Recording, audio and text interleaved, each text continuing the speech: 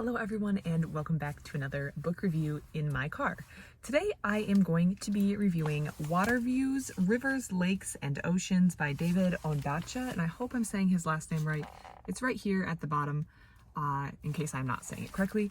So this is a book of photographs. It's pretty thick and is also pretty big. As you can tell when opened fully, it is pretty big, and it contains a lot of photography focused on the subject of water. So I don't know about you, but I find myself naturally drawn to water, and I have to wonder if that is a response to just being human. Water is completely necessary for the continuation of human life, so it makes sense that we would have a natural draw to water. Whenever I see water out in nature, I'm just drawn to it. I want to look at it, and I almost have to wonder if that has to do with the, I guess, primitive survival urge to stay alive and find access to water, so water stays or is very interesting to us humans.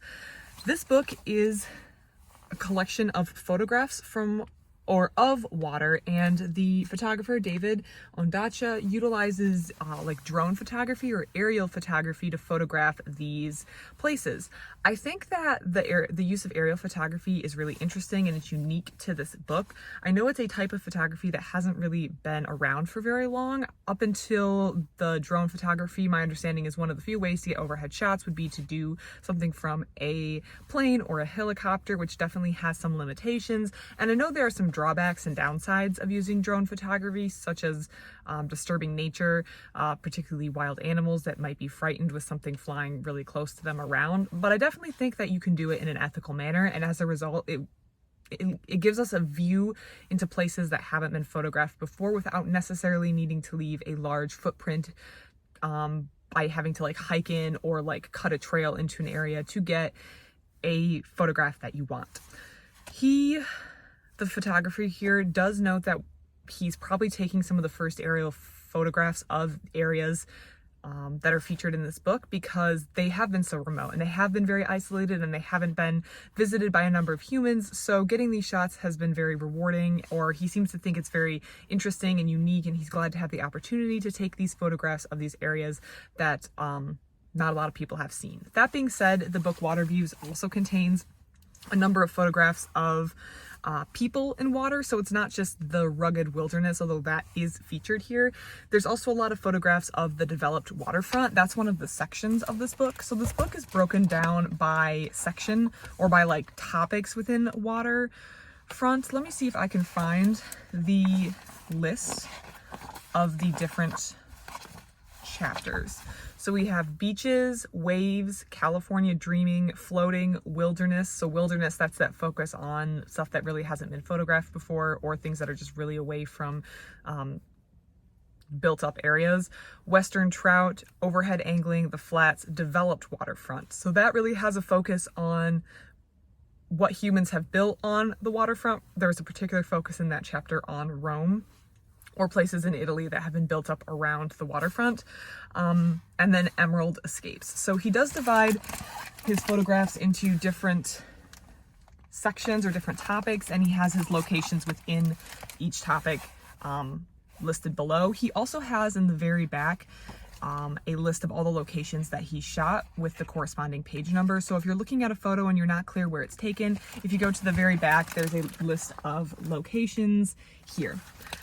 I enjoyed this book. As I mentioned, I feel like I have a natural draw from water. I liked the different scales and perspectives that he could use. Some of the aerial photographs were much closer than others.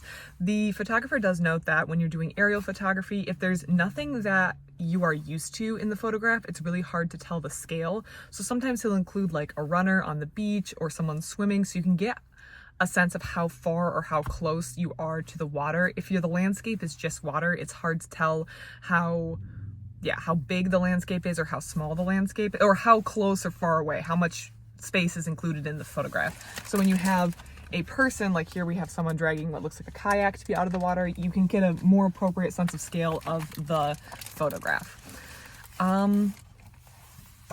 My favorite photos, I have to say, were the ones near the very end where we have these swimmers who are in these crystal clear water, and they have these really cool shadow patterns being reflected on the bottom of the lake, ocean, sea, wherever these are photographed. I just think these are so cool, so pretty. The water's clear, the shadow patterns playing on the bottom of the, I think these are in the ocean, are just really, really interesting and pretty. It makes me want to immediately book a tropical vacation. I do not live in a tropical place, and I could use a tropical vacation after looking at this. And as you can see, the swimmer gives you a sense of how big the scale of this photograph is, and it's the kind of photograph that I feel like would be hard to accomplish without a drone. So those were my favorite. Those were at the very, very end. There's one other one here.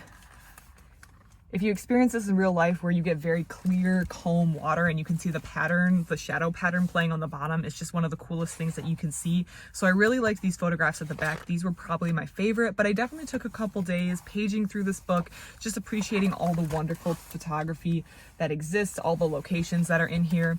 The author seems to have a passion for fishing, fly fishing as well. So it's cool that he's been able to combine these two passions of fishing while also taking photography to put this book together. I think it's worth getting. It would be an interesting book to just have on your coffee table, to glance through, to page through. And it also is kind of serving as trip inspiration. It makes me want to, as I said, book a trip to a tropical location and experience some of the beautiful water views myself.